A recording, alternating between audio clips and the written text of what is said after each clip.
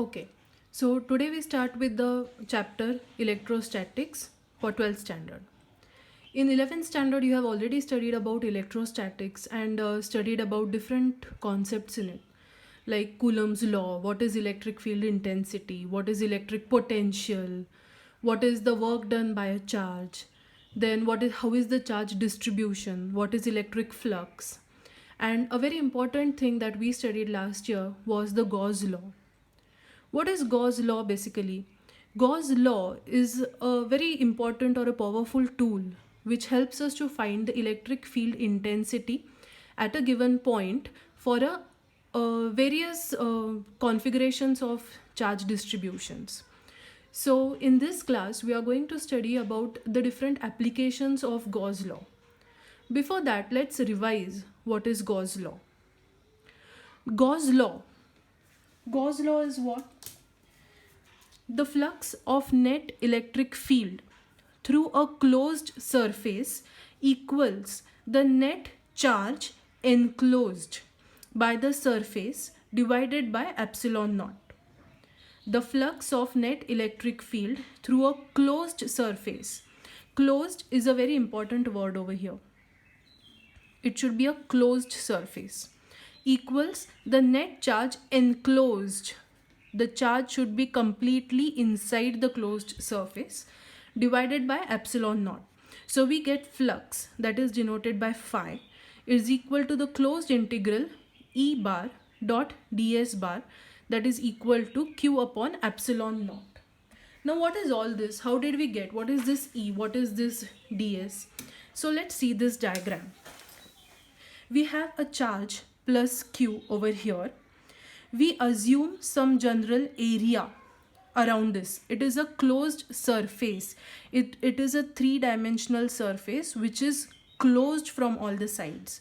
So this plus q is surrounded by a closed surface. And we want to find the flux that is related to this charge q, the flux because of this charge q which is linked with this surface. Now, how we had found out this flux? We had divided this entire surface into small areas.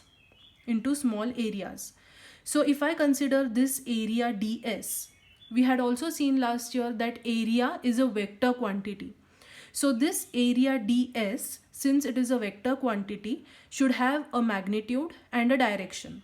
Magnitude is this ds and the direction of this area is considered to be perpendicular to the area.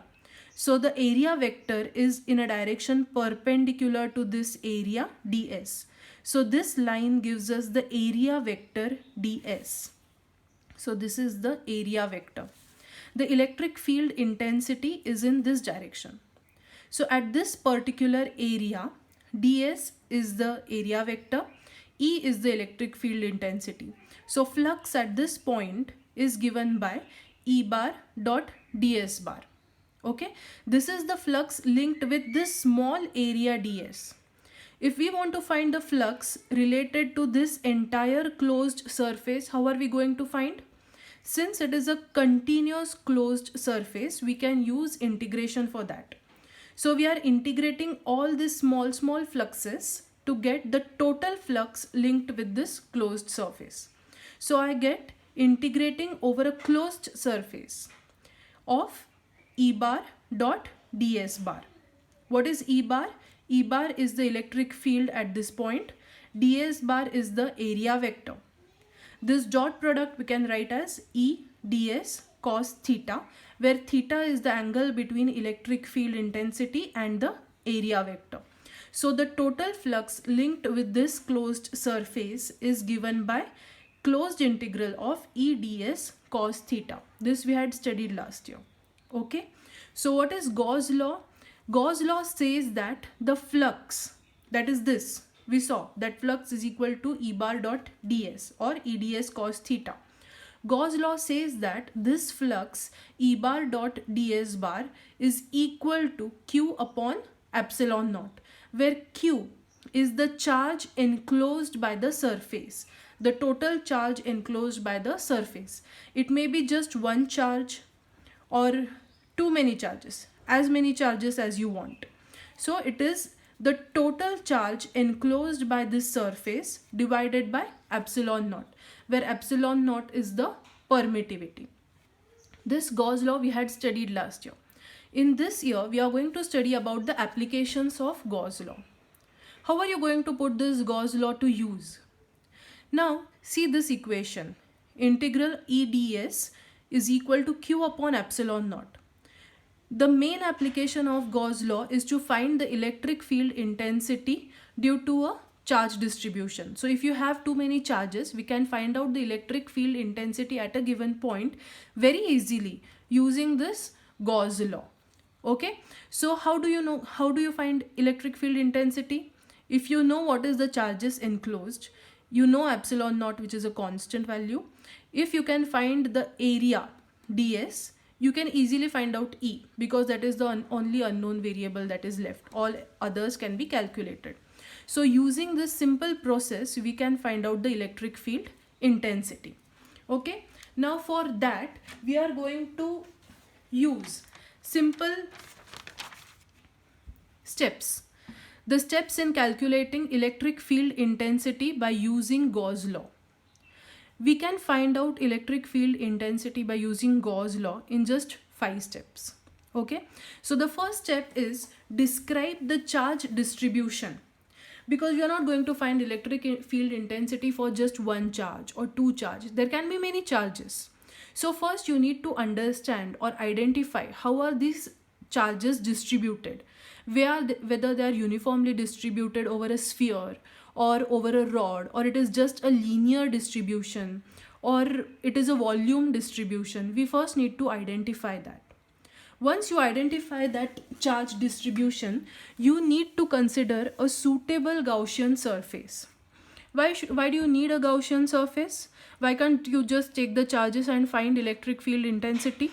Because Gauss law, this law holds true for charges which are enclosed by a surface. So if there is no actual surface around the charges, you can have an imaginary surface. You can just assume that there is a surface around those charges which is completely closed and covering all the charges. All the charges should be included in that surface. Such an imaginary surface is called as a Gaussian surface. It is called as a Gaussian surface. So you need to consider a suitable Gaussian surface. What do you mean by suitable? Can't you just take any sort of a surface randomly, any random shape? No. Then that makes our calculations difficult. We want to make our calculations very simple. So what do? We consider a suitable Gaussian surface. Now how do you select this Gaussian surface? See this diagram. Okay, what is this diagram over here? We have a charge Q. This is, say, positively charged. It is a positive charge. So electric field intensity is in the outward direction everywhere. This is electric field intensity, which is directed outward because it is a positive charge. You know that if it is a negative charge, the electric field intensity is towards the charges. Now I assume some surface randomly shaped. Okay, I assume a randomly shaped surface. Now what is our Gauss law? We are going to use this law for finding electric field intensity. E bar dot ds bar is equal to q upon epsilon naught. That E bar dot ds, I can also write it as E ds cos theta. This is over a closed surface, is equal to q upon epsilon naught. Okay, so I need to find ds, I need to find theta. Q we know because q is already enclosed, that is given to us. Upon epsilon naught is known. Now if I consider this small area, this is ds. There is some angle over here, say theta 1. In this case, ds is along E. So theta is equal to 0. Here again the angle is changing. And since this is a randomly shaped surface, the value of E is also changing from point to point because the distance from the charge is changing. So electric field intensity is also changing. Value of E is changing. Value of theta is changing. So when we have more than one unknowns, we are not able to find out E. We won't be able to find out E, or rather we cannot do this integration at all. What is suitable to us, that E should remain a constant. We want E to remain a constant, and preferably theta also remains constant. Like, see, in this case, I have this same charge positive Q over here. Electric field intensity can be shown like this. If I consider a spherical surface, if I consider a spherical Gaussian surface, see what is happening at all the points on this Gaussian surface, E is remaining the same, because the distance, it is a sphere, and Q is at the center of this Gaussian surface. So all the points are equidistant from Q. All the points on the Gaussian surface are equidistant from Q.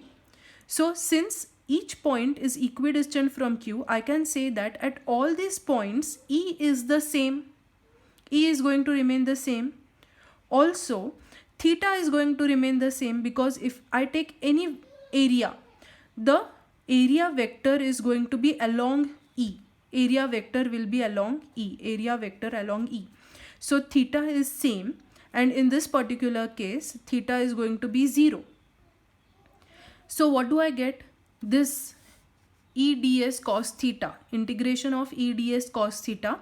E is same, so E can come out of the integration sign, and cos theta is also a constant because theta is same. So cos theta also comes out. So you just need to integrate this ds, which is a very simple process. We know how to do this integration, right? So we can easily calculate E if we consider a suitable Gaussian surface. So when I say consider a suitable Gaussian surface, what do I mean by suitable? The first thing is, along the Gaussian surface, E should remain same. E should remain same. And the second important thing, theta should also be a constant. Theta should also remain same or constant. Theta should also be a constant. Okay, so these are the conditions to find out the Gaussian surface. Then the third step that we are going to do is, we are going to find the value of this E ds cos theta. We are just going to calculate this. We are going to calculate this and call it as A. Then we find out what is the flux by Gauss law. Gauss law says that flux is equal to Q upon epsilon naught. So we are just going to find what is Q upon epsilon naught. Okay, so we call this as B. Once we get flux by this way and flux by this way, both are the fluxes linked with the Gaussian surface. So we can just equate A and B. So equate A and B and find out the value of E. This is a very simple process that we are going to use for calculating the electric field intensity. Okay, now let's move on to the first application of Gauss law, that is finding the electric field intensity due to a uniformly charged spherical shell or a hollow sphere. We are finding the electric field intensity due to a uniformly charged spherical shell or a hollow sphere. So I have a hollow sphere over here. See, this is a hollow sphere. This is a hollow sphere which is positively charged. The charges are on the surface because it is hollow. It is a conductor, it is hollow, and the charges are on the surface of this sphere.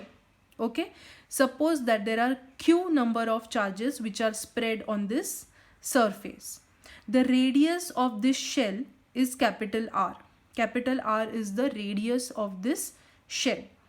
Now because of this positive charges, what is the direction of electric field intensity? As we saw earlier, the electric field intensity is going to be directed away from the positive charges. So this is going to be the directions of electric field intensity. Electric field intensity is shown by E bar. In this, we are going to find out, or we have to find the electric field intensity at this particular point P. We have to find the electric field intensity at point P. Okay, due to this charge distribution, it is a spherical charge distribution or a surface charge distribution. So we have to find the electric field intensity at point P due to this charge distribution. Okay, so how are we going to do it?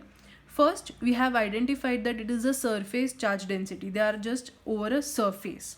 So let sigma be the surface charge density. Now if these charges Q are spread over the area of a sphere, this is a sphere, no, spherical shell. So this is a sphere. So what is the area of a sphere? If the radius of a sphere is given by capital R, the area of the sphere is 4 pi r square.